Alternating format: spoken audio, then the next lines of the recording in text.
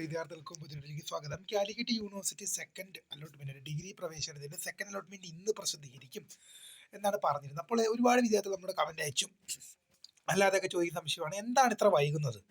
വിശദമായ വാർത്തയിലേക്ക് തന്നെ പോകാം. ആദ്യമായി ഡിജിറ്റൽ കാണുന്ന വിദ്യാർത്ഥികൾ ദൃശ്യം പഠിക്കാൻ മറക്കണ്ട, സബ്സ്ക്രൈബ് ചെയ്ത് കൂടെ പ്രത്യേകം ശ്രദ്ധിക്കാം. സബ്സ്ക്രൈബ് നോട്ടിഫിക്കേഷൻ ബെല്ലേക്കുള്ള ഓപ്ഷൻ എനേബിൾ ചെയ്യുക. ചാനൽ വീഡിയോസ് നിങ്ങൾക്ക് ഉപകാരപ്രദമായ ദൃശ്യം ലൈക്കും കൂടി ചെയ്ത് നിങ്ങളുടെ സുഹൃത്തുക്കളിലേക്ക് ഷെയർ കൊടുക്കാനും കൂടി പ്രത്യേകം ശ്രദ്ധിക്കാം.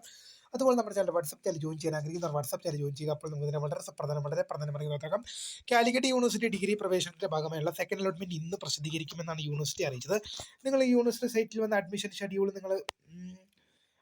ഷെഡ്യൂൾ നിങ്ങൾ എടുത്ത് നോക്കിക്കഴിഞ്ഞാൽ നിങ്ങൾക്ക് അവിടെ കാണാൻ അതിൽ click here for admission schedule എന്നതിൽ ക്ലിക്ക് ചെയ്ത് കഴിഞ്ഞാൽ നിങ്ങൾക്ക് ഷെഡ്യൂൾ ഡൗൺലോഡ് ചെയ്ത് കിട്ടും. ഇതിൽ നിങ്ങൾ കാണുന്ന ഡേറ്റ് എന്ന് പറയുന്നത് second allotment June 29 second allotment date ആയിട്ട് കാണുന്നത്.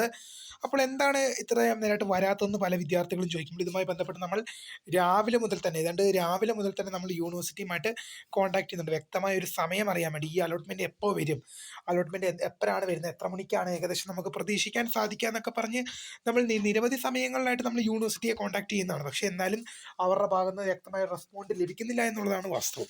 ഇപ്പം നമ്മൾ കുറച്ച് നേരം മുമ്പ് സുബേഖ സെല്ല് 8 മണി വരെ ഉണ്ട്, പക്ഷെ നമ്മൾ അവിടെ വിളിക്കാൻ ശ്രമിക്കുമ്പോഴും അവിടുന്ന് ഒരു കൃത്യമായ റെസ്പോണ്ട് നമുക്ക് ലഭിക്കുന്നില്ല. അതുകൊണ്ട് തന്നെയാണ് ഇപ്പോൾ എന്താണ് ഇത്ര വൈകുന്നത് വെച്ച് കഴിഞ്ഞാൽ മിക്കവാറും അണ്ടർ പ്രോസസ്സിംഗ് ആയിരിക്കും.